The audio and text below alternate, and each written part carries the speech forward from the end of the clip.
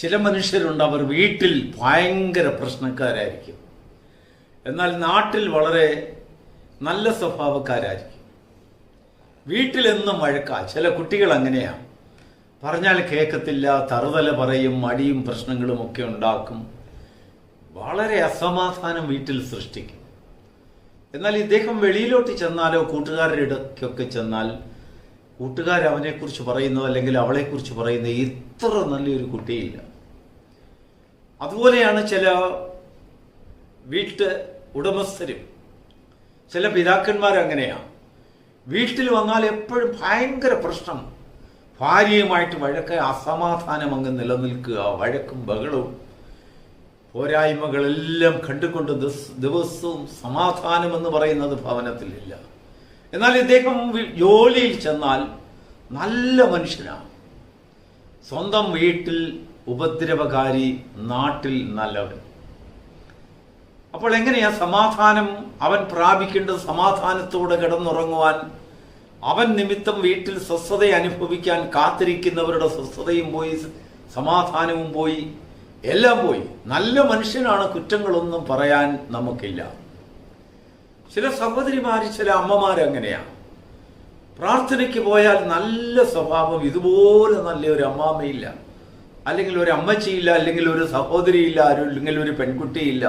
എന്തോ ഒരു താഴ്മയും നല്ല വാക്കുകളും പ്രാർത്ഥനയും ഒക്കെയാണെന്നറിയാമോ. എല്ലാ പ്രാർത്ഥനയ്ക്കും പോവുകയും ദൈവം എന്ന് പറഞ്ഞാൽ ഭയങ്കര ഭയവും ഭക്തിയും വിറയലുമാണ്.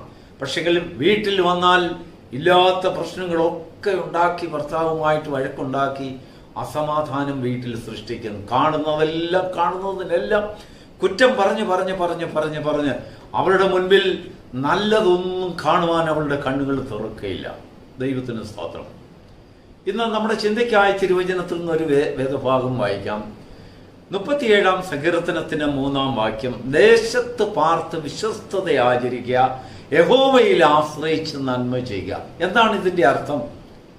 നമ്മൾ ദൈവത്തിൽ ആശ്രയിക്കുന്നവരാണ്. കാര്യമൊക്കെ ശരിയാണെങ്കിലും നമ്മൾ ദേശത്തും നമ്മുടെ വീട്ടിലും സകല മനുഷ്യർക്കും നന്മ ചെയ്യുന്നവരാണ്. നന്മ ചെയ്യുക, നമ്മുടെ പ്രവൃത്തിയൊക്കെ നന്മയായിരിക്കണം, തിന്മയൊന്നും ഉണ്ടാകരുത്. അതിനുശേഷം ഒരു ഇമ്പോർട്ടൻ്റ് ആയിട്ടുള്ള ഒരു കാര്യം പറയുകയാണ്, ദേശത്ത് പാർത്ത് വിശ്വസ്തത ആചരിക്കുക. എന്ന് പറഞ്ഞാൽ നിന്റെ വീട്ടിൽ നീ വിശ്വസ്തനായിരിക്കണം, നല്ലവനായിരിക്കണം. നാട്ടുപുറങ്ങളിലൊക്കെ നല്ലവനായിരുന്നിട്ട് എന്ത് കാര്യം? അത് വേണ്ടത് തന്നെ. എന്നാൽ ഭവനത്തിൽ അത് ആചരിക്കുമ്പോൾ നാട്ടിൽ നമ്മൾ ഇടപെടുന്ന കാര്യം ഓട്ടോമാറ്റിക്കായിട്ട് വരും. Praise the Lord. ദേശത്ത് പാർത്ത് വിശ്വസ്തത ആചരിക്കുക. ചിലർക്കൊക്കെ ദേശം വിട്ടു പോകുമ്പോഴാണ് വിശ്വസ്തത വരുന്നത്. അന്യനാട്ടിൽ ചെല്ലുമ്പോൾ നല്ല വിശ്വസ്തനാണ്, അവിടുത്തുകാർക്കൊന്നും അവരെക്കുറിച്ചൊന്നും പറയാനില്ല. വടക്കേ ഇന്ത്യയിൽ പോയാൽ വിശുദ്ധനാണ്, അല്ലെങ്കിൽ ഗൾഫ് രാജ്യങ്ങളിലും യൂറോപ്യൻ രാജ്യങ്ങളിലും ഒക്കെ പോയാൽ ഭയങ്കര വിശ്വസ്തനാണ്. വായിൽ നിന്ന് വരുന്ന തേൻമൊഴികളെല്ലാം ഇൻപമേറിയ വാക്കുകളാണ്. ദൈവം തന്നെ താഴേക്ക് ഇറക്കിക്കൊണ്ടുവരുന്ന വാക്കുകളൊക്കെ ഉണ്ടാകും. പക്ഷെങ്കിൽ ഭവനത്തിൽ വരുമ്പോൾ അലോഹ്യം നിറഞ്ഞതായ വാക്കുകൾ. ദൈവത്തിന്റെ ആത്മാവ് പറയുന്നു, ദേശത്ത് പാർത്ത്, നിന്റെ സ്വന്തം ദേശത്ത് പാർത്ത് വിശ്വസ്തതയാചരിക്കുക എന്ന് പറഞ്ഞാൽ നിന്റെ സ്വന്തം ഭവനത്തിൽ പോലും വിശ്വസ്തതയുടെ നിഴലാട്ടങ്ങൾ ദൈവത്തിന് പ്രസാദകരമായി തീരും. അങ്ങനെയുള്ളവരോട് ദൈവത്തിന് പറയാനുള്ള ഒരു വാക്തത്വമുണ്ട്. 5-ാം വാക്യം. നിന്റെ വഴി യഹോവയെ പരമേൽപ്പിക്കുക, അവൻ അത് നിർവഹിക്കും. എന്ന് പറഞ്ഞാൽ നീ നിന്റെ ഭവനത്തിൽ ഇല്ലാത്തപ്പോൾ നിന്റെ ഭവനത്തെ കർത്താവിനെ ഏൽപ്പിക്കുക. ദൈവമാണ് അത് നടത്തുന്നത്. നീ പോകുന്ന വഴിയെക്കുറിച്ച് നിനക്കൊന്നും അറിയില്ല, അല്ലെങ്കിൽ ആ വഴിയുടെ അവസാനം എവിടം വരെയാണ് ചെന്ന് നിൽക്കുന്നത്, ആ വഴിയിൽ എന്തെല്ലാം പ്രശ്നങ്ങളുണ്ടെന്നൊക്കെ നിനക്ക് അല്ലെങ്കിൽ ഊഹിക്കാൻ കഴിയാത്ത പല പ്രശ്നങ്ങളുണ്ട്, നമുക്ക് കാണുന്നില്ലല്ലോ. എന്നാൽ ദൈവം നമ്മൾ കടന്നു പോകേണ്ടതായ വഴിയെക്കുറിച്ചുള്ളതായ ഒരു പദ്ധതി, പ്ലാൻ, നമ്മുടെ റൂട്ടൊക്കെ നിശ്ചയിച്ച ഒരു ദൈവമുണ്ട്. നമ്മൾ തന്നെ തിരഞ്ഞെടുത്ത റൂട്ടല്ല, ദൈവം നമുക്ക് തന്നിരിക്കുന്ന റൂട്ടാണ്. നമ്മുടെ വിധിയിലുള്ളതാണ് നമ്മൾ പോകേണ്ടതായ വഴി. ചിലപ്പോൾ ഘോരമായിട്ടുള്ള വഴിയായിരിക്കും, കഷ്ടത നിറഞ്ഞ പാടും ദുരിതവും പ്രയാസങ്ങളും കണ്ണുനീരും ഇല്ലായ്മകളും ധാരാളം കാണും. പക്ഷെങ്കിൽ നമ്മൾ ദൈവത്തെ ഏൽപ്പിച്ചിട്ടുണ്ട്, അവനിൽ തന്നെ ആശ്രയിക്കുക. എന്ന് പറഞ്ഞാൽ പോകുന്ന വഴിയിൽ ആരെയും വന്ദനം ചെയ്യാൻ പോകരുത്. ദൈവത്തിന് സ്തോത്രം. കർത്താവ് ശിഷ്യന്മാരെ പറഞ്ഞു വിടുമ്പോൾ അവരോട് പറയുന്നതായ കർശനമായ ഒരു വാക്കുണ്ട്.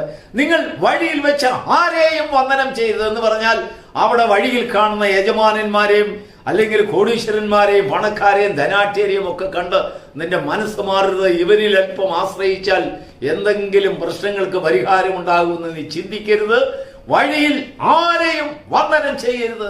ദൈവത്തിന് മാത്രം നിന്റെ വന്ദനം നിവേദിക്കണം. നിവേദനം എന്നാണ് അതിന് പറയുന്നത്. എന്ന് പറഞ്ഞാൽ വാക്കുകൊണ്ടും ഹൃദയം കൊണ്ടും അത് കൊടുത്തു കഴിഞ്ഞ് അതിന് നിവേദിക്കുക എന്ന് പറയും. യെസ്, നമുക്കതിൽ നിന്ന് നിവേദിച്ചതായ വസ്തുവിൽ നിന്ന് നമുക്കൊന്നും തിരിച്ചെടുത്തുകൂടാ. ഇല്ലെങ്കിൽ വേറൊരാൾക്ക് പങ്കുവയ്ക്കാൻ കഴിയുകയില്ല. നിന്റെ വഴി യഹോവയെ പരമേൽപ്പിക്കുമ്പോൾ വഴിയിൽ വെച്ച് ആരെയും വന്ദനം ചെയ്യരുത്. വഴിയിൽ കാണുന്നതായ ദുർഘടങ്ങളെ ഓർത്ത് നീ ഭാരപ്പെടരുത്. ദുർഘടങ്ങളായിരിക്കാം, കല്ലും മുള്ളും അല്ലെങ്കിൽ ഇളകി മറിയുന്ന കുണ്ടും കുഴിയും ഒക്കെ കാണും. അതിലേക്കൂടെ നടന്നെങ്കിലേ കർത്താവ് ഒരുക്കിയ പാതയാണെങ്കിൽ അത് തരണം ചെയ്യുവാനുള്ള കൃപയും അഭിഷേകവും ദൈവം നമുക്ക് തരും.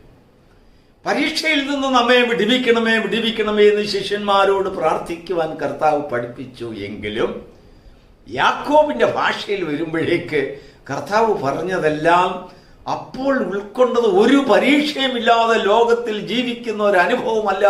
ജീവിതത്തിന്റെ യാഥാർത്ഥ്യങ്ങളിലേക്ക് ഇറങ്ങിയപ്പോൾ യാക്കോബിന് മനസ്സിലായി. അദ്ദേഹം തന്റെ വാക്കിൽ ഒരു ചെറിയ വ്യത്യാസം വരുത്തി. എന്താണെന്ന് അറിയാമോ? പരീക്ഷ സഹിക്കുന്ന മനുഷ്യൻ. അപ്പോൾ പരീക്ഷയെ ഒഴിഞ്ഞു പോകാൻ കഴിയുകയില്ല, അതിനെ സഹിക്കേണ്ടിയിരിക്കുന്നുള്ളതായ ഒരു വലിയ മഹത്തായ കണ്ടുപിടുത്തം യാക്കോബ് അപ്പോസ്തലനിൽ ഉണ്ടായി. അനുഭവം ഉണ്ടാക്കിയതാ, വെറുതെ വാക്ക് പറഞ്ഞതല്ല, അനുഭവങ്ങളാ.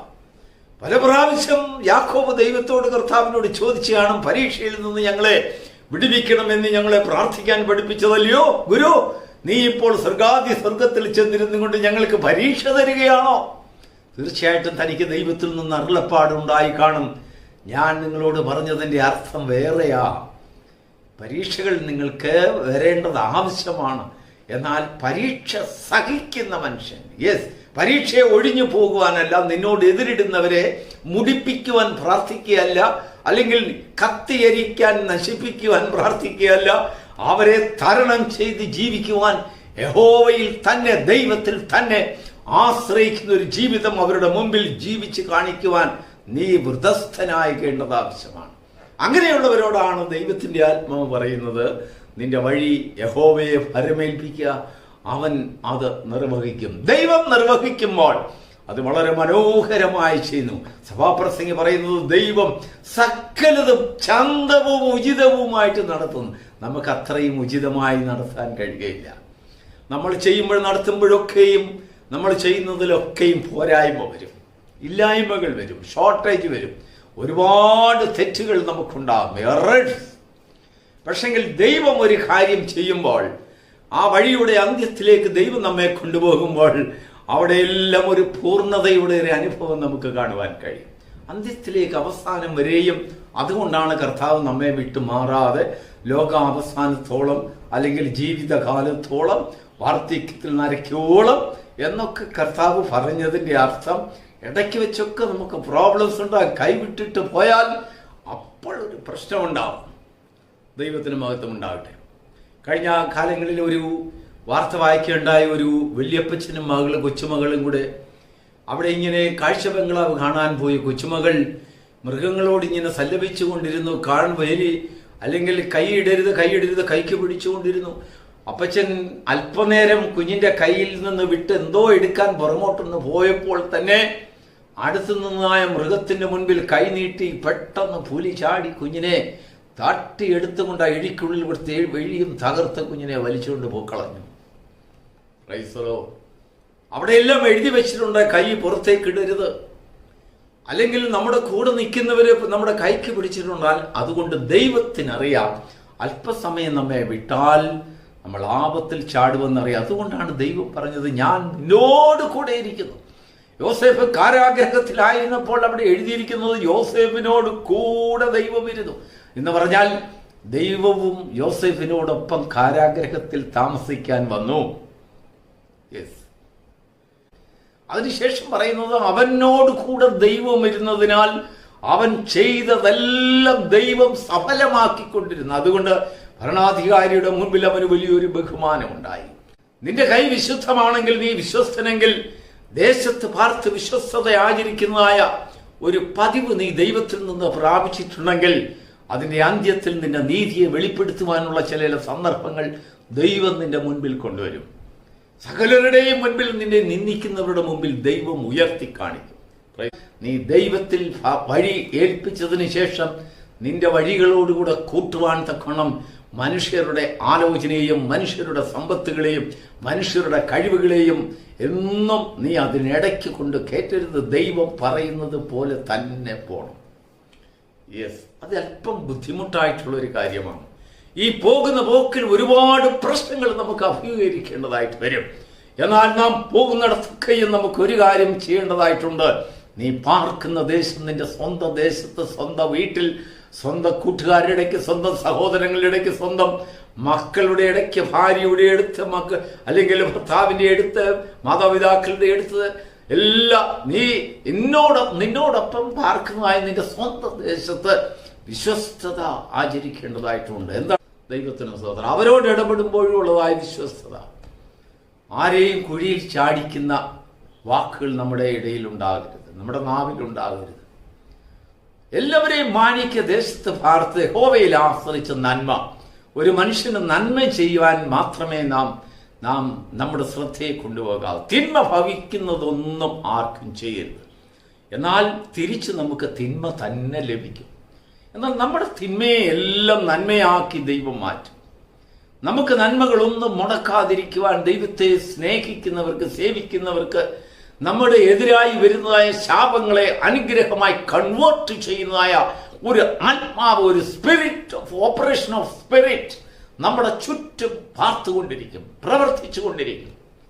അനേകം തിന്മകൾ നമുക്കെതിരായിട്ട് സംഭവിക്കുന്നിരിക്കും. പക്ഷെങ്കിൽ നമ്മെ ദേശാതെ തകർത്ത് കളയാതിരിക്കേണ്ടതിന് നമ്മുടെ അടുത്ത് വരുമ്പോൾ അത് നന്മയായി, പ്രകാശമായി, ഇരുട്ടിൽ പ്രകാശമായി, അമ്പുകളുടെ മിന്നൽ നമുക്ക് പ്രകാശമാക്കി ദൈവം തരും. ദൈവത്തിന് സ്തോത്രം. അതാണ്, അങ്ങനെ ജീവിക്കുമ്പോഴാണ് നമ്മുടെ വഴിയെ കർത്താവ് ഏറ്റെടുക്കുന്നത്. നിന്റെ വഴിയെ യഹോവയെ പരമേൽപ്പിക്കുക, അവനത് നിർവഹിക്കും. എങ്ങനെ നിർവഹിക്കുമെന്ന് നീ ഭാരപ്പെട്ട് പ്രയാസപ്പെട്ട് നിലവിളിച്ച് കണ്ണുനീരൊഴുക്കി ഒരു നായ്ക്കുട്ടി കരയുന്നത് പോലെ രാത്രിയുടെ യാമങ്ങളിലും ആരും കാണാതെ നിന്റെ ജീവിതത്തിൽ കരഞ്ഞ് കരഞ്ഞ് കരഞ്ഞ് ഓരോരോ കണ്ണുനീരൊഴുക്കുന്നതായ ഒരു സ്വഭാവം നിന്റെ ജീവിതത്തിലുണ്ടെന്ന് ദൈവത്തിന്റെ ആത്മാവ് കാണുന്നു. പക്ഷെങ്കിൽ നിന്റെ വഴി നീ മുഴുവനായി ദൈവത്തെ ഏൽപ്പിച്ചു കഴിയുമ്പോൾ നിനക്ക് ചെയ്യേണ്ടതായ ചില കാര്യമുണ്ട്.